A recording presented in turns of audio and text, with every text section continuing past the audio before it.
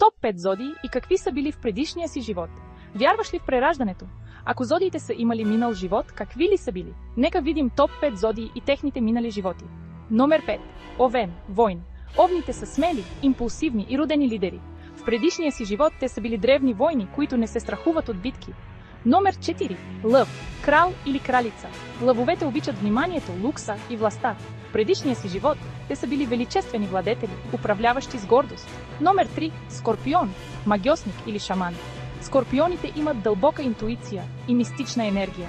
В миналото те са били магьосници, алхимици или шамани, които владеят тайните на света.